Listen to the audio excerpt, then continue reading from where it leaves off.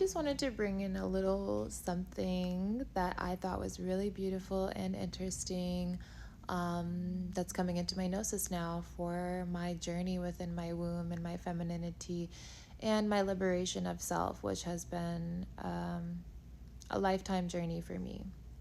Understanding my feminine energy and freeing that entirely from oppression and suppression. So, for the past few years, there has been a large energy surrounding Lilith and the liberation and the freedom of the feminine. And, there's different spectrums and different sides of all of that. But really, for me, you know, the story of Lilith and her being raped and suppressed and seeking liberation and fleeing to the desert to just be in a state of isolation and freedom and liberation for herself, and fleeing from the Garden of Eden to the desert so that she could be free. So I thought this was really, really impactful and powerful with my own journey because of all of the liberating I have done with my womb and just myself as a woman in this lifetime. It's been a lot. I haven't even shared most or majority of my stories when it comes to what I have escaped, what I have broken, and what I have freed myself and liberated myself from.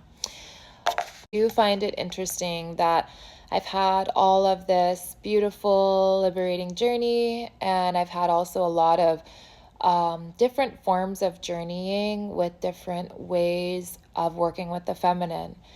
And for me, it's always just something of liberation. If I feel trapped, if I feel held down, if I feel suppressed in any way, I have to leave and I have to seek that freedom of self and liberated self, because otherwise I just will not feel me. And I know the type of woman I am meant to be free. I am meant to be wild, and not in a way that is toxic, not in a way that is promoting toxicity, not in a way that is promoting harm, but in a way that is promoting liberation for the feminine in the highest aspects and qualities of that.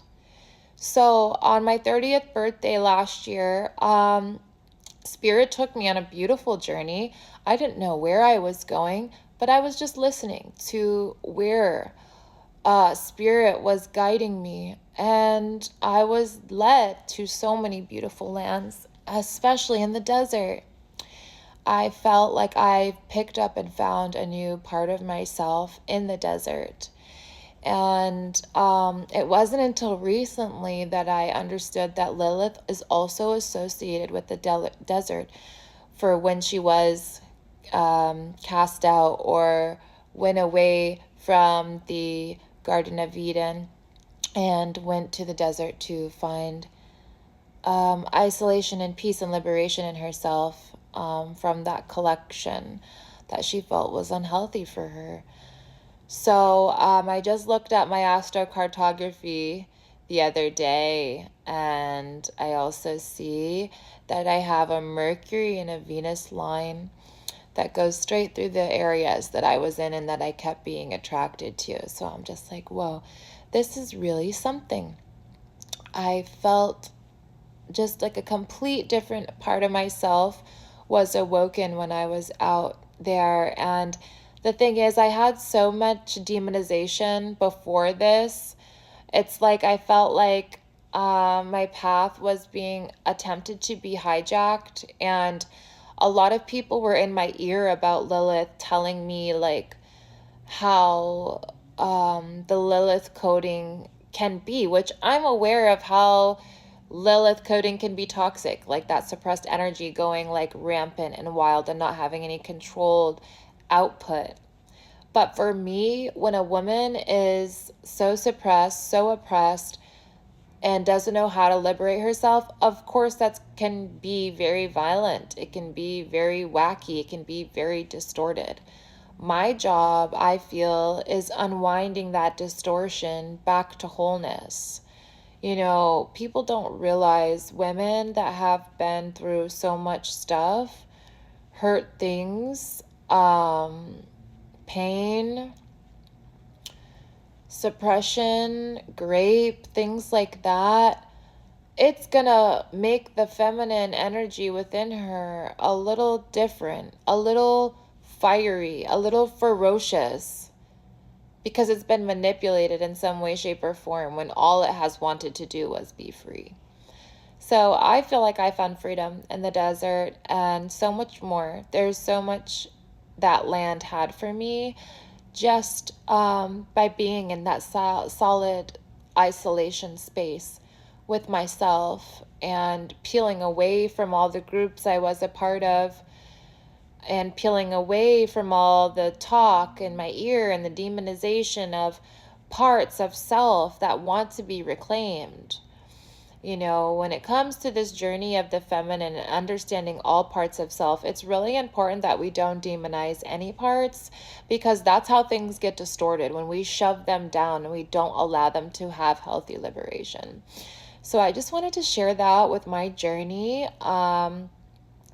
I very much am a person for union with your person, as long as that is, as long as that may be for. And you might have many unions in your lifetime, depending on the stages of life that you're in. Some unions might not last forever. Some unions might last shorter or longer periods of time for the mission that they are designed to complete together. So my coding with Lilith is all about freeing the suppressed feminine, freeing up the shoved down energies that a woman naturally has, that make her a woman, that make her feel like a woman. And, you know, whatever the patriarchy has shoved down in women that make them, you know, not their natural selves, I'm here to liberate that. I'm here to free that up. I'm here to help women tap into their body. I'm here to also help men do that as well. But Lilith, the highest part of Lilith, there can be, with all of these archetypes, any archetype, you will have distorted, dormant, or divinely expressed energy, and those go in stages. Dormant means you don't know it's there, which was me before I knew about all of this liberation code within myself. Distorted is when it starts to be understood, and it comes out a little distorted because it was dormant. After working through the distortions, the archetype reaches the highest embodiment. If you're working towards that, the archetype will reach the highest embodiment of divine expression for that archetype. Every archetype has a divine expression, a dormant expression, and a distorted expression. So it's important, while we're demonizing things, to understand that what we're demonizing and why we're demonizing it, and not throwing out the baby with the bathwater, you know, saying one size fits all, because that's usually not the case. Lilith's highest power is liberation, freedom, not being held down into something that you don't want to, which will benefit everybody else but you. Lilith speaks of sovereignty and freedom for her body and for her body rights. A lot of people have misunderstood Lilith and are afraid of Lilith because she does not bow down to men. And for men that think that's how a woman is supposed to be, of course they're going to demonize that in her. So I just wanted to bring in this talk with desert, the isolation, the woman of the desert, Lilith, and liberation of the feminine, and that not all liberation energy is bad or toxic. It's about balancing it and having it come out in not a distorted way, but more a divinely expressed way. And I feel like this can be done with most archetypes that we have. So I'll talk more about this soon. I just wanted to bring it in and share it because it's been something I've been keeping silent for a little bit now as I am unraveling more codes of self. So much love. Be yourself. Be free. Be liberated. Be safe. Cause no harm. Simple. Dimple.